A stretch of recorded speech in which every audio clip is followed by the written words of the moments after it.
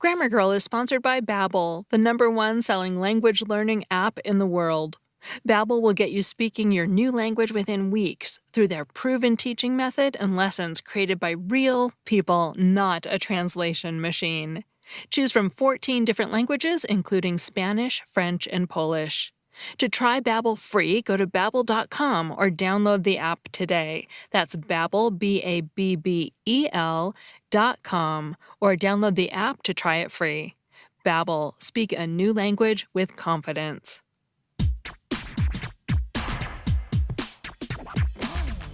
Grammar Girl here, I'm Mignon Fogarty. This week, I have a quick and dirty tip about the difference between the words relapse and recur. Another quick and dirty tip about the difference between kneeled and knelt, and a meaty middle about the word methinks. Methinks you'll like it. Nobody wants a disease to recur, and nobody who has had a disease wants a relapse. Both cases are usually bad. But let's think about how these two words differ. People relapse, and diseases recur. Recur comes from Latin that means to run back again. So when something recurs, it happens again. A disease recurs. David worried that his cancer would recur. Leela's recurring back injuries make it hard for her to work. Relapse also comes from Latin, this time a word that means to slip or slide back. When you relapse, you slip back to a previous state. A person relapses. Sarah's family did all they could to keep her from having a relapse. Horatio's doctor attributed his asthma relapse to air pollution. Also, relapse can be both a noun and a verb, but recur is only a verb. If you want to use recur as a noun, you need to use recurrence. Here are some examples. First, we'll do relapse. The last two examples were relapse as a noun, and here's one more. Lauren worries a lot about having a relapse. And now, here's how you'd use it as a verb. After Mom relapsed, we needed to hire in-home help. Next, here's recur. It's a verb. After Mom's cancer recurred, we needed to hire in-home help. And although recur often refers to diseases or conditions, you can also use it more broadly. You'll notice that nature themes recur in her writing. And if you want to use it as a noun, use recurrence.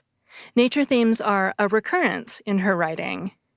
Garner's Modern English Usage says that saying a disease relapses is an error. So remember that people relapse and diseases recur. Next, Joshua asked, is there really no difference between kneeled and knelt? I want to say that knelt is more British, but I can't find anything to back that up. Are there really just two words with the same definition that you can use interchangeably, depending on which one you think looks or sounds nicer? Well, yes, it appears the two words are interchangeable. A small number of verbs are currently making the transition from irregular verb to regular verb and have two coexisting past tense forms. Sometimes the distinction is British versus American because the British held on to the irregular form more strongly than we Americans did. The verb dream is one example. Dreamt is considered more British, and dreamed is considered more American. Irregular verbs tend to become regular over time. For example, chide, meaning something similar to scold, is a verb whose past tense shifted to the regular form relatively recently. The past tense used to be chid, but now we're more likely to say chided. You'll see that in a Google Ngram chart that I'll put on the transcript of this segment at quickanddirtytips.com for people who want to see it. Sometimes the distinction between two past tense forms is a matter of where you live, London or New York. But sometimes the two forms exist simply because a word is transitioning, which seems to be the case with kneel. A Google Ngram search shows that knelt is still more common in both British and American English. But eventually, everyone will probably forget about the irregular form knelt, and the past tense of kneel will simply become kneeled, because that's the most common direction of language change, to the regular form. Until then, you can use whichever one sounds better to you. Before we get to Methinks, support for today's show comes from Third Love. With tagless labels, ultra-soft fabric, signature half-cup sizing, and straps that won't slip, Third Love is the most comfortable bra you'll own. Just take their Fit Finder quiz to find your perfect fit in less than a minute. Their most popular styles are the cotton t-shirt bra and the cotton underwear. Incredibly soft, smooth, and breathable bras and underwear you'll want to wear every day. But if anything's not perfect, returns and exchanges are free and easy. I took the Fit Finder quiz and was really happy. They ask a few key questions about how your current bras fit, and with just that info, they seem to be able to find your proper size. It's way easier than dragging a bunch of random bras into a fitting room and hoping for the best. And Third Love knows there's a perfect bra for everyone. So right now, they're offering my listeners 15% off your first order. Go to thirdlove.com/grammar now to find your perfect fitting bra and get 15% off your first purchase. That's thirdlove.com/grammar for 15% off today. Grammar Girl is also sponsored by The Real Real. Shop iconic luxury items at unreal values with The Real Real, the leading reseller of authenticated luxury from top designers. Shop designers like Louis Vuitton, Gucci, Rolex, Cartier, and hundreds more at up to 90% off retail. The Real Real has women's and men's luxury fashion, as well as fine jewelry, watches, art, and home goods. Every single item is authenticated by the Real Real's team of more than 100 experts, brand authenticators, gemologists, horologists, and art curators who inspect thousands of items each day to ensure that every item is 100% authentic. When it's cold outside, your coat can make your whole outfit. And today I found fabulous coats from Burberry, Christian Dior, and Chanel at astonishing prices. Shop The Real Real online, visit one of their stores or consignment offices, or download the app. And new customers receive an automatic $25 off at checkout. And you can get 20% off select items with the promo code REAL, R-E-A-L. That's The Real Real and the promo code REAL for 20% off selected items. Have you ever wondered what's up with the weird word methinks? Why does it use an object for a subject, methinks? And why does it have an S-like third-person verb, thinks, even though it seems to be in the first person? The answers are weirder than you may think. But to find those answers, we'll need to take a little dive into Old English, the form of English that was spoken between about 500 and 1100 AD. Old English had two different but related verbs, thanken, meaning to think, and thinken, meaning to seem or appear. In Middle English, these two verbs merged together in form, so they were both pronounced thinken, even though both the seem and think meanings remained distinct.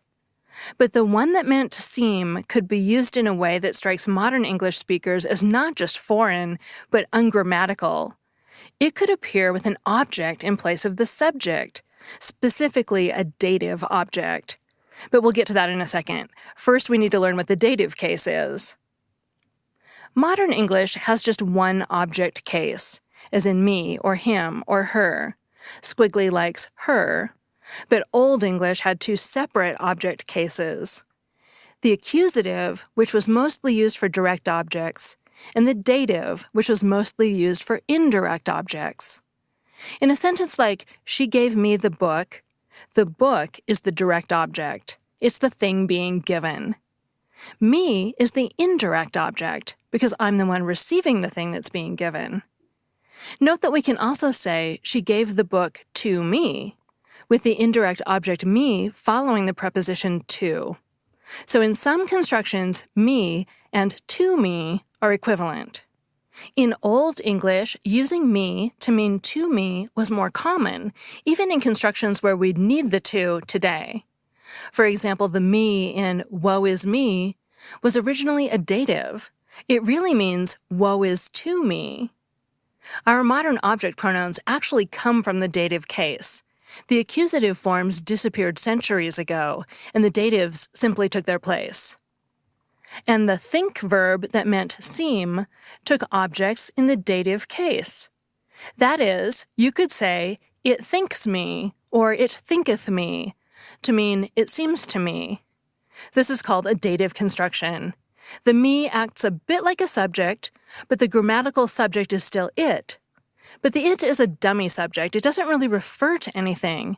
So it was often omitted, just as we often say, seems to me, without the it. And when the it was omitted, the dative object sometimes moved up to take its place. Thus, instead of it thinketh me, speakers of Old and Middle English would sometimes just say, me thinketh, and voila, you have a verb that appears to have an object in place of a subject. People said this often enough that eventually it fused into one word, methinketh, or methinks. So when Queen Gertrude in Shakespeare's Hamlet says, the lady doth protest too much, methinks, she's not saying, I think the lady doth protest too much. She's really saying, seems to me the lady doth protest too much. In practice, though, there's not a lot of difference between I think and seems to me. They both mean basically the same thing. And eventually English speakers stopped using think to mean seem aside from this one weird word.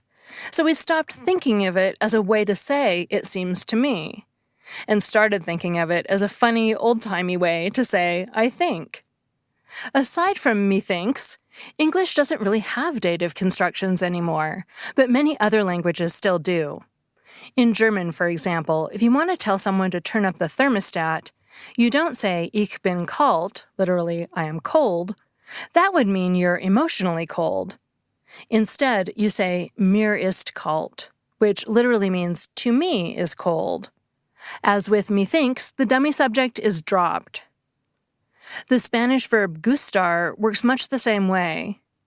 Me gusta pizza means I like pizza, but it more literally translates to pizza is pleasing to me. And in French, if you want to say that you miss your family, you say ma famille me manque, which sounds like my family misses me, but literally means my family is missing to me. Methinks may have fossilized into one word, but from Old English through Shakespeare's time, you could still use other pronouns besides me with think. That is, you could also say him thinks, or us thinks, or any other dative pronoun. Of course, it's hard to say how things seem to someone else, but still, us thinks it might be fun to bring it back. That segment was written by Jonathan Owen, an editor and linguist who blogs at errantpedantry.com. That's ARRANTPEDANTRY.com. I'm Mignon Fogarty, better known as Grammar Girl, and this podcast is produced by sound engineer extraordinaire Nathan Sams, with editorial support from Joe Muscolino. You can find thousands of other articles and the other Quick and Dirty Tips podcasters at quickanddirtytips.com. That's all. Thanks for listening.